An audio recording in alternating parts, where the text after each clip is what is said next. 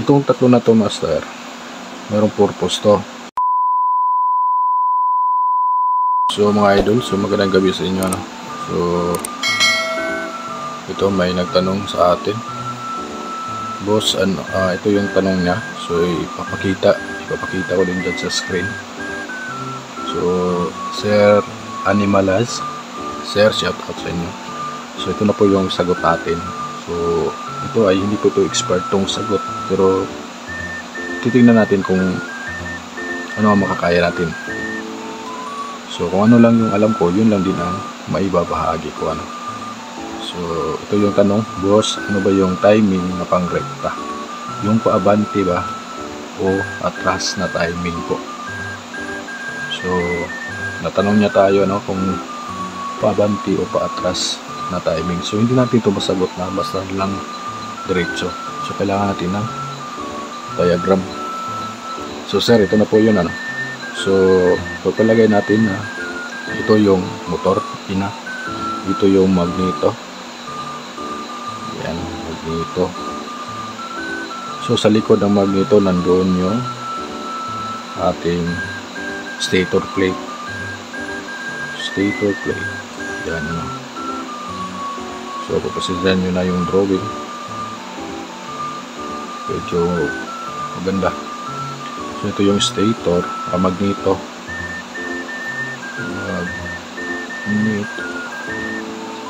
yung stator plate,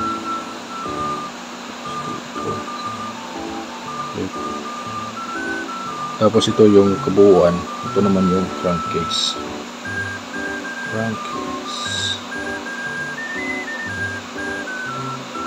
So dito sa stator plate may makikita tayo dito tatlong marka,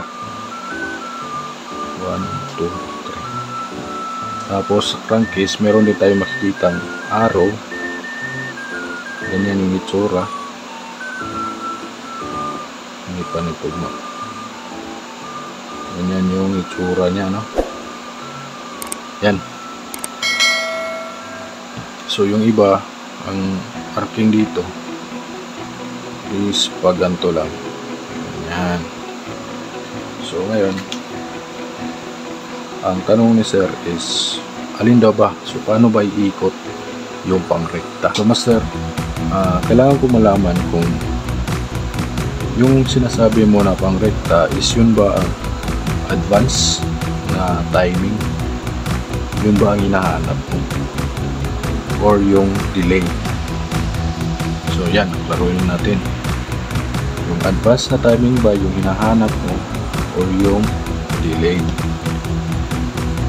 So ngayon, para ipakita ko kung paano i-timing ng advance, kung sakali na yung advance timing ang hinahanap mo. So ganito lang siya, master. Bali ito man yung makina, crankcase, yan.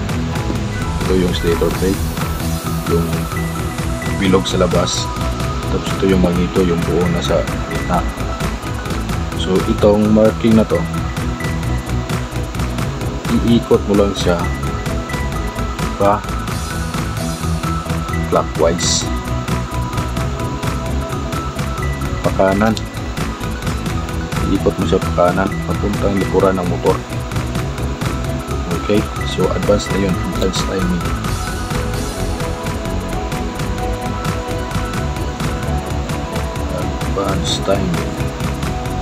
Ayun, master, kung tinutukoy mo naman sa pangrekta ay yung delayed or retarded na timing, so kailangan mo isang iikot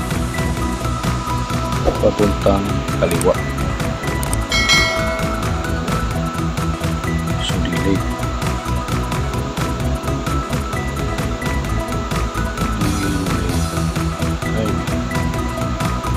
so delayed or retarded.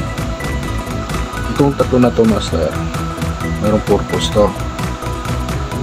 Yung apat pala, yung isang line sa crankcase, tapos yung tatlo. So yung tatlo, ito yung nasa pinakagitna, yan yung standard na timing. So yan yung standard na timing ng magneto, UDT. So wala kang magiging problema dyan. Ngayon, kung gusto mong mag-advance, iikot po siya doon papunta. So ito, bali itong line sa baba, itatapat po siya dito sa may crankcase na linya. So ang mangyayari, magiging ganito na siya. Press muna natin to dito. So ayan. So magiging ganyan na yung itsura. So pwede din naman na pakunti-kunti lang yung pag-adjust mo. Huwag mo i-full diretso doon sa may linya, para kahit papano hindi naman magkaroon ng biglang problema. Ngayon, kung gusto mo naman na delayed, so pwede baliktad yung linya sa kabila, yun ang ibababa mo papunta sa dito sa crankcase. So ang mangyayari naman, nasa kabila na naman sila. So magiging ganyan.